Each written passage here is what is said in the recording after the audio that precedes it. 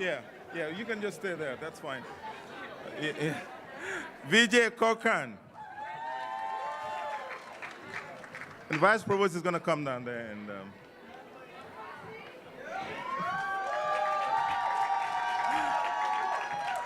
Monica Fields Fears.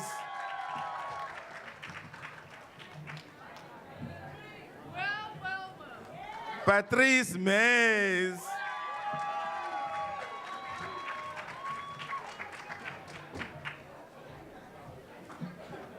Satish Kumar.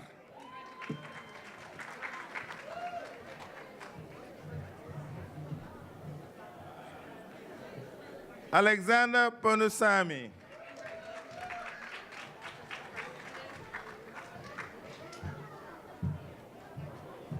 Prabhahar Krishna.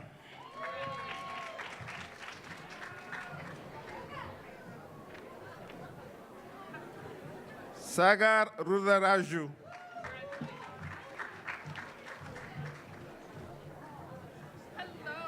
Amira Karim.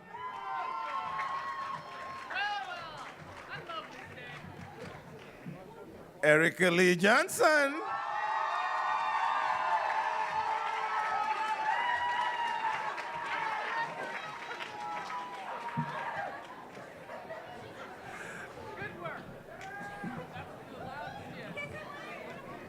Miriam Mekuria.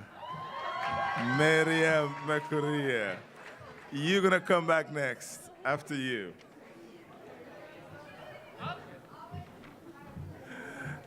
Let's say it for Muna Farah.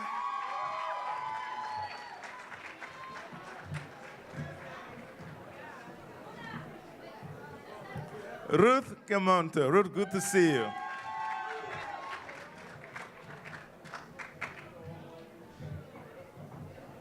Bandar Al Saif.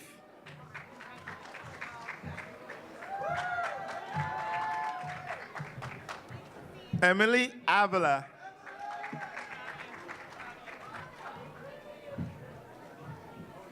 Nabila Abu.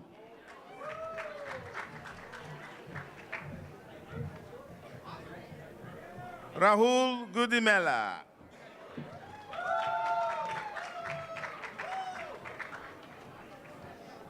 Mohammed Shire.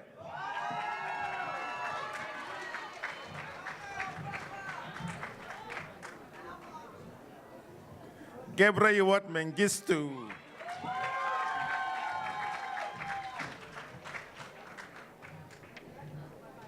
Raul Singal.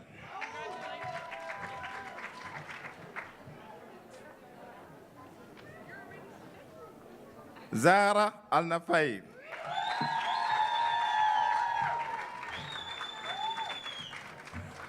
And it's very fitting that he's the last guy. This is my man, Ahmed Balika.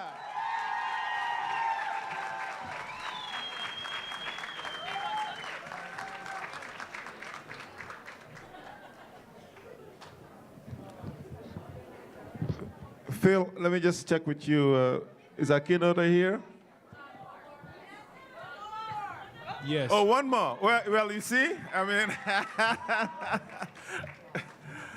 Jonathan Louis.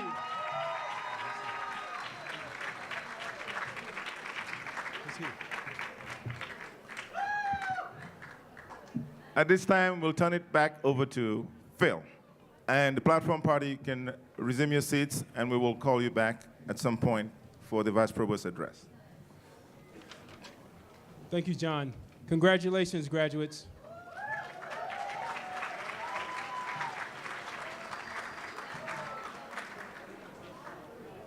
Before we bring up our Vice President for Student Affairs and Enrollment Management, we'd like to first bring up our keynote speaker, who is Dr. James Mason.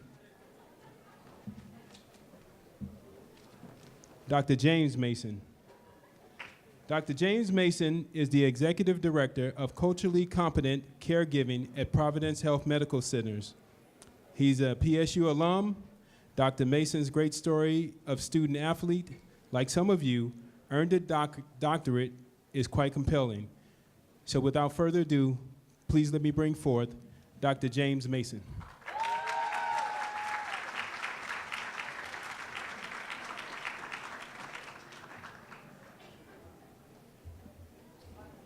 Good evening, everyone. Good evening. I want to thank Phil for the introduction, and it's truly an honor to be here. Okay. I want to thank Phil for the introduction, and it's truly an honor to be here. Can you hear me now? Can you hear me in the back and everywhere? A little more? I'll try it like this. Here we go. It's truly an honor to be here. I'm a graduate of this Portland State University. It's truly an honor to be back. What's truly more honoring, though, is to be with you. When I was here in the 70s and the 80s, and when I taught here in the 70s, 80s, and the 90s, I didn't see faces like yours in my classes. I didn't see faces like yours on campus. So one of the things I think we need to do is acknowledge the gains that PSU has made over the last 20, 30 years and bring you to school.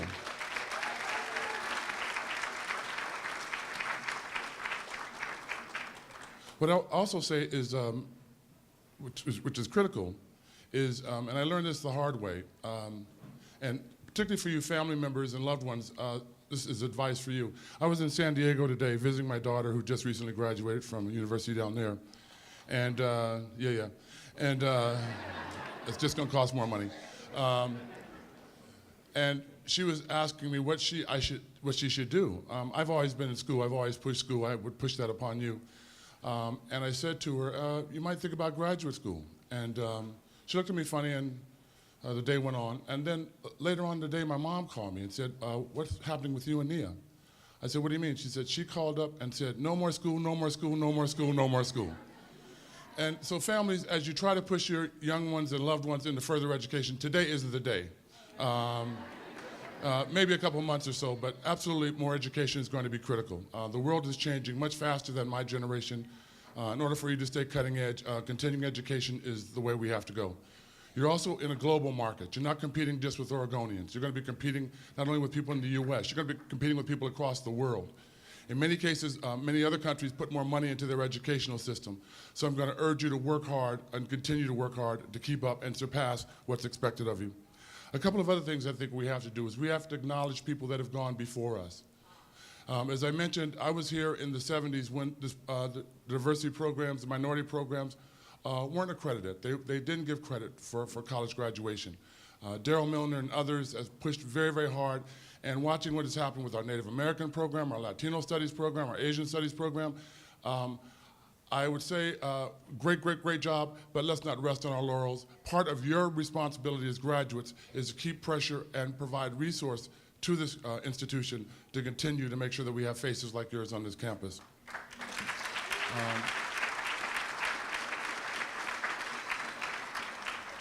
So while I graduate the students, and it's an absolute honor to graduate, believe that.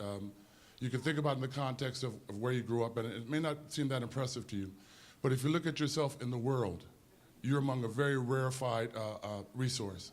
Again, something else I would encourage you to think about, those of you who are not, try to become multilingual. If you travel throughout the world, what you will see is that many people in many countries speak English in their native tongue. We are one of the few developed countries that are monolingual in our education. You're still very young, you're still very flexible in terms of your mind, for sure. Get another language. Those of you who speak another language, make sure that you're both bilingual, but also biliterate, so that you're ready to move effectively into the 21st century. And if you got two, don't stop there, keep going.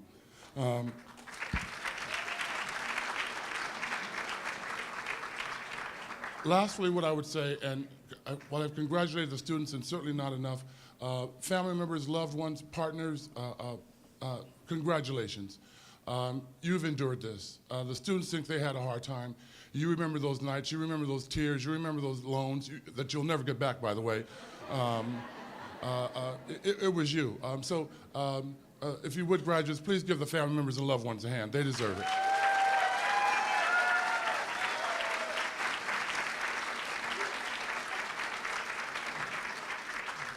I'm going to say this in close. The graduates, you have a very, very special responsibility to take your knowledge forward. You have a very special responsibility to tell your stories. You have a very special responsibility to build bridges between your race, your culture, your ethnicity, your social group, and other groups, to make multiculturalism a reality in the 21st century. In doing that, it's going to take a lot of work, and I would urge you to continue to do that work. We need you, certainly in Oregon, but certainly in the U.S., if not the world. As you go forward, I would suggest to you is, I'll close on a story, and I apologize for the time. But this is an important story, and it's something that happened to me as a child, something that helped my learning. And it shows the potential of people, the power of people, what you never know, what you might never consider. I grew up in a family, and my dad always offered two things, two myths, actually. One was don't have children until you could afford them. You can't afford children, pure and simple. It doesn't matter when. The other thing was if you have a child out of wedlock before you graduate from school, he was going to disown you, right? My dad was a tough guy. And we found out my older sister, a senior in high school, got pregnant. And me and my younger sister, being the loved ones we were, we ran up to her and asked her, was she going to keep that comforter? You going to keep that pillow? We thought she was gone. My dad, who had been tough all my life, very much a disciplinarian, rules. When he found out he was going to be a grandfather, his brain got sucked out of his head and there were no more rules. He doted on my sister, took care of my sister. I went away to school. She had my nephew, Tony. I got my first degree, and she went back to school and got a high school diploma and went to community college. I got my second degree, and she got an AA degree, and then I got an advanced degree, and she got a little state degree, and then she married quite well. Yeah, did I say quite well? She married quite well, right? And I got another degree, and I'm sitting around with my PhD, and she got her first master's degree and her second master's degree. Meanwhile, she's having children. She had all three of her children. All three graduated from the University of Maryland. Yeah. No, you're missing my point. Her kids have come and gone. I had my first child when I was 32, listening to my dad, waiting till I could afford them. Her kids are gone, doing on their own. My kids are gonna be with me the rest of my damn life. She lives in Silver Spring in a big old house. They do quite well. She travels the world. She's a scuba diver, tennis player. I hate her. I say this to say, don't ever write anyone off, not even yourself. All right?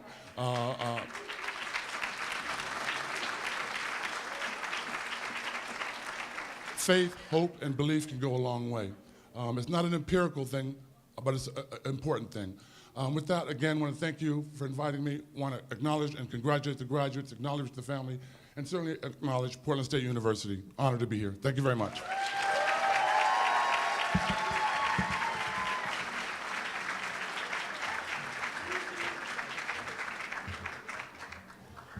Thank you, Dr. Mason.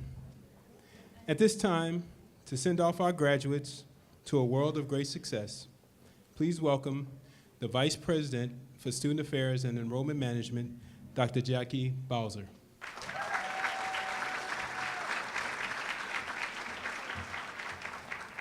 So I'm between you and the celebration, so I know what that means. Short, sweet, concise, right? So I have 3 points. Last lecture for many of you, 3 points. Today is a tremendous milestone, and I know that we're celebrating, we're talking about endings, completions, but my job, it's closer here of this, is to now challenge you to look forward. So I have 3 very quick messages of asking you to not think about this as an end, but a beginning. So first aspect, the beginning. This is the beginning of your new relationship with Portland State University. We are family. We are now deeply connected to each other. I know you felt like you were already connected to us, but now it is in a different way. You represent us. You need to replace yourself with many. I want to see more students that you helped encourage. I want to see you back on campus. I really hope that you consider yourselves a very proud alum of this institution and a lifelong friend of Portland State University. So please don't forget us, visit us, And most importantly, please mentor your friends, your family, your community members, and inspire them to do just the same.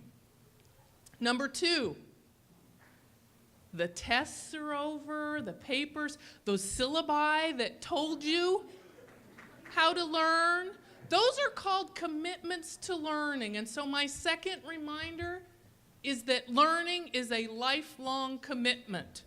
You got to write the tests. You got to write the papers. You need to make the commitments to read, to push yourself, to take risks. It might be graduate school. It might be a commitment to lead in your community. It just means putting one step in front of the other, of continuing to commit to being a lifelong learner. You've heard messages of all we must keep reinventing ourselves. We must keep learning, but now we're not so much in charge here at Portland State University of that task for you. Maybe some of you will come back, but it really is now a burden. I want to transition, a good burden, to you to take responsibility for that, to be a lifelong learner. And most importantly, I want to challenge you to think about something. As an educated individual, whether that's a master's degree, a doctoral degree, a bachelorette, I need you to lead. Our world needs more diverse voices, more diverse perspectives in leadership, in communities, in organizations. I need you now as an educated individual, as someone from Portland State University who we have invested our best and brightest faculty, our best and brightest opportunities in and out of the classroom to prepare you. I now ask you to put it to good use. Our world needs you to lead. We need your perspectives. And if you're worried at all about whether you were prepared, the teacher in me has to remind you, we set forth some experiences here around some learning outcomes.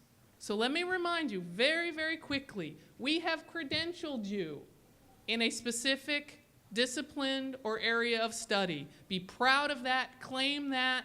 That is an aspect of your preparation. But also, we have taught you to think critically and creatively. You are now problem solvers. There are many problems in this world that need your solutions. We have taught you to communicate effectively, whether that be oral, written, do whatever you need to do to get these important messages of change and leadership. We've taught you a lot about diversity, whether that's more about yourself or more about the world, and the importance of addressing social inequities, injustice throughout our world. We've asked you, as a member of our community, to learn more, live more ethically and socially responsibility, and more sustainably. Please continue to learn about these aspects and to live this way. We've created an environment to prepare you to be a global citizen and function in a world where we must understand each other and work with many who come from different backgrounds. And finally, we've taught you about what it means to be engaged, that the reciprocal nature of working with others, learning from others, and being in partnership to solve problems, to learn, that it isn't about we were just a learner here at PSU and now we will go out and just be a teacher. I'll ask you to learn and teach and learn and be engaged as a citizen of the world and as a citizen of your organizations, just like you were here at Portland State University. So that was your crash course on what we tried to do over these last few years. We are so proud of you. Our door is always open. I hope I see many of you on Sunday at the larger commencement, but congratulations, and I think we're one step away from the party.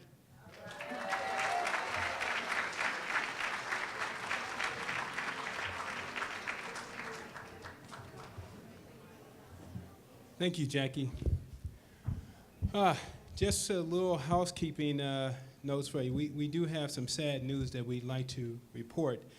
Normally we have food after this event, and due to budget constraints, we were unable to provide you with food. Okay, I'm sorry, psych, we just, okay. Okay. I had to. We have now moved the food to room 329, 328, and 327. So graduates, please allow who you guys? Yeah, you guys. Allow these guys to go first, and then please follow them, and please join us in room 329, 328 for food. The tables you have right here, and we have various places around where you can eat, because we have I'd just like to congratulate John and Saeed and the Multicultural Center, and also the graduates for a great job that you've done, because this here is the largest MCC graduation that we've had. So I'd congratulate you.